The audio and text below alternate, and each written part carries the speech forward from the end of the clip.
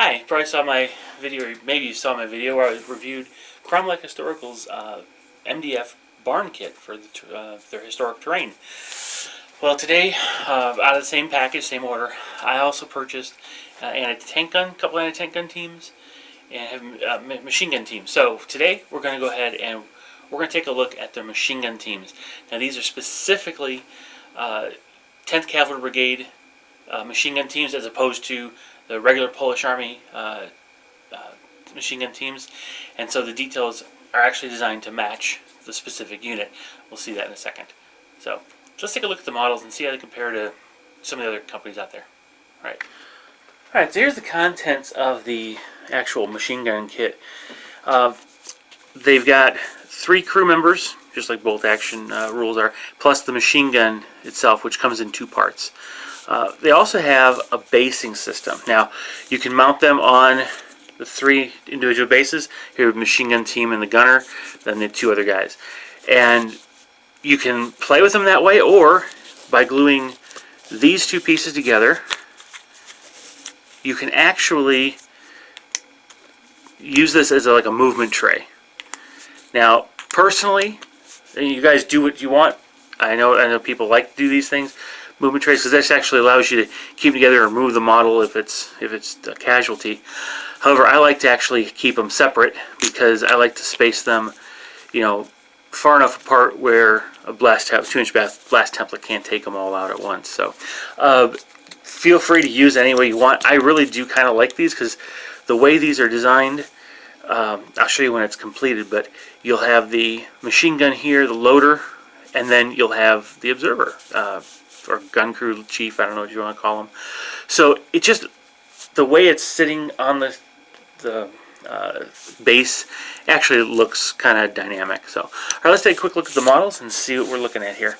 Again, we're going to take a look at 2 different aspects. One is the gun itself, and one is the crew.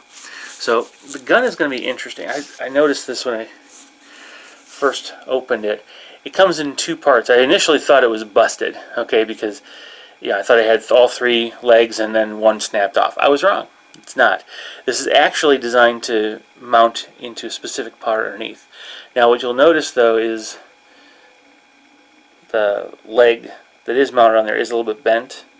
Again, these are very thin, but again, once you bend them where they need to be and mount them, they won't be a big deal. Here though, this came out, it's a little bit bent, but not much. You have to be careful. What's interesting about this is, I think, a good idea they've come up with. This is the corner that actually mounts into a wedge-shaped pocket underneath the gun. Okay, so it only fits one way. It's very positive locking as far as positive location. What they've done though is at the very end is the gate. So below the foot of the machine gun leg, you actually have the gate race, basically the molding gate.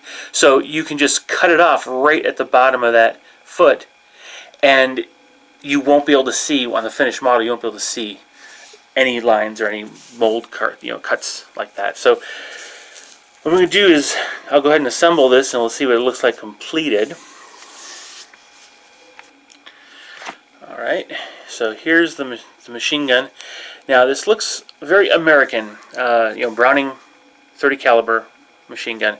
That's because it was a copy the Polish made. Browning did not patent the design. I don't believe they. No, it was the BAR they didn't patent. This they got a license to produce in Poland. So the Browning machine gun is the actual machine gun they were using in the Polish Army. So after gluing that leg in, again, very easy to tell how to mount it, because you'll see at the very, there's the angled corner, so you can put that leg in right where it needs to be and easily cut it flush. Now, I did notice though is the other leg seems to have to bend a little bit. Doesn't quite look all that great. But again, you're going to be mounted on a base, and it probably won't look all that bad.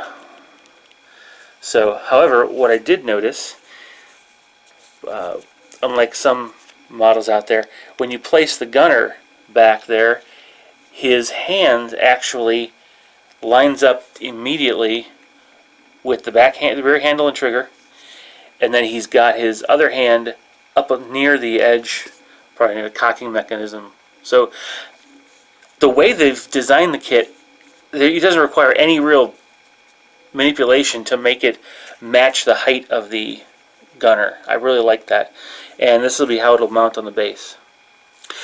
Alright, so let's take a quick look at the scale of the models compared to other manufacturers. Alright, so I placed the miniature on the left hand side on the MDF base because to compare it to a Perry miniature. Again, Perry is a 28mm historic scale, whereas, or 28mm scale, whereas Kromlech is also 20mm scale, as opposed to 20mm heroic like Warlord and a lot of other game companies. So, if you take a look at the size, they're both kneeling, kind of leaning forward a little bit. The proportions are very, very similar. They just look really nice. They look in proportion to each other. I like it a lot. Now let's take a look at Warlord games. I've got a kneeling soldier. Now right there you can see there's quite a difference. Again, that's because Warlord is is a heroic scale, 28mm, whereas Kromlech is the historic. Now, honestly, it's not that big a deal because there's soldiers of all sizes. Lower 5 foot to 6 or so. So you can get some variation just in general. And since these models are actually going to be separate from a different unit, the size difference won't be necessarily apparent. So if you get their infantry models, you might be might not want to mix them in with like the Warlord models in the same unit, just because the scale might be significantly different like this. But these look really nice and sharp. The details are very, very clean. I'll show those in a minute. But one thing that I noticed was that two of the minis actually come with a flush base to mount really nicely to the base, the MDF, and again they're the same here. But a third mini, this one, actually came with a slotted, a little tab to fit into a slotted base. So I'm not certain why that is. That's something you'll have to cut off and file down if you're going to put on an MDF base like this. But even with that, you can see he's actually a little bigger than the other two. Let me go ahead and put him back. So this one seems just a little bit bigger. Now, it's still not as big as the Warlord Games model. So this could just be a taller soldier very easily. Would mix well in the same unit. So that's not at all bad. It will not look bad when you mount the three models as part of the unit. Now I'm going to throw a Gorgon Miniatures model up here as well. Again, to give you an idea of the size. Now Gorgon Miniatures is a little bit smaller than the Warlord one, a little bit closer to this larger guy here, and looks a little bit better. Now Gorgon still is not 28mm historic scale; it's 28 heroic, because you can compare that to Warlord. You can see Warlord; it's still a little bit chunkier. The Warlord model is not a whole lot of difference, but this is a little bit chunkier. So overall, I think we've got a good unit. Now let's take a quick look at the details on the models. Alright, now when I said a good looking unit, I mean all the models together will look good as a coherent unit and will actually, I think, blend well with the other models from other companies in other units, because they won't be in the same proximity on the table. Alright, so here is the machine gun loader, the assistant. You can tell he's actually modeled showing he's actually lifting the machine gun belt, the ammo belt, out of the box. The box forms part of the base. So there's a slight curvature, but that's nothing that can't be fixed. And look at the detail on the back. All the straps, the canister, the gas mask canister, is actually really, really nicely defined, and so is the I'll call it a lunch bag. It's just the other shoulder bag he's got. Very nice. I'm not going to paint these up for this product review video, but you can get a good feel. If you actually look at their website, you'll be able to see a lot of more detail. But these are looking really, really sharp. So I'm actually pretty much overall impressed. I do like it. Well, the collar on him is really nice. He's got, even though he's a machine gun operator, he still has the ammo belts or the ammo packs for a rifle. So it's looking good though. Yep. So I can't wait to build these up. But I'm looking forward to having those on the table. As a kit though, if you are looking for anything related to the early war poles, based on this kit, I would say the Kromlech's got a good offering for you. I guarantee it. From my perspective, I will. If I needed more machine gun teams, I would definitely be buying more of these. In fact, I probably will be buying one or two more, but of the regular Polish Army versions, because I want to be able to use the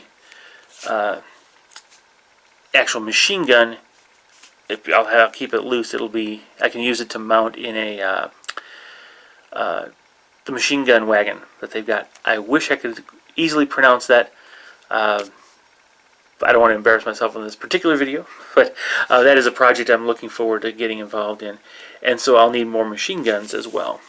So, guys, in this case, I would definitely recommend getting, if you're interested in the early war poles, and I do know that they're coming out. Kromlech is also coming out with some early war, some German models as well.